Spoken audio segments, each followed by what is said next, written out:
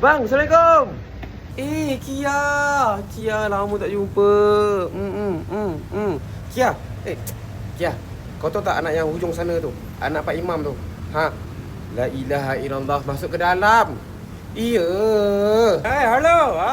Ada baik kah? Ada baik. Oh. Rupanya rumah banyak bersih ah. You hari-hari sapu kah? Imran. Kau sini jap.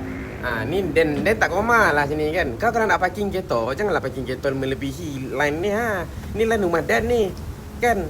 Kalau kau parking dah melebihi line rumah Dan ni, Dan nak masuk kereta macam mana? Kan? Aku fikirlah sikit.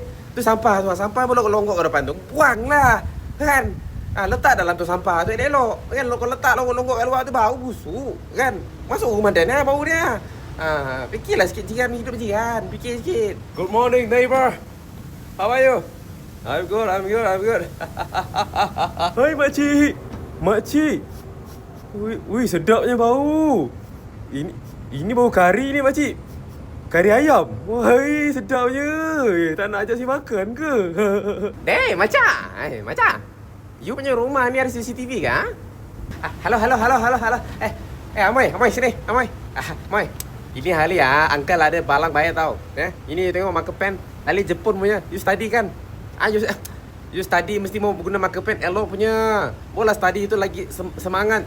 Semangat you know marker pen ni mula-mula punya you mau You mau Assalamualaikum.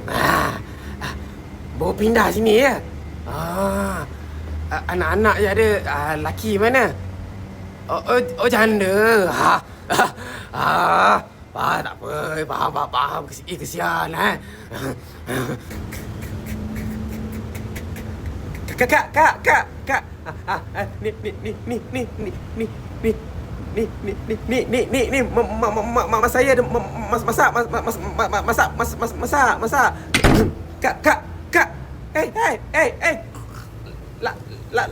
Lauk ni. Keluar. Amir. Lama tak nampak kau balik, Meh. Cuti belajar ke? Makin gemuk kau ni, Meh. Kau ni tak kerti jaga badan ke, Meh?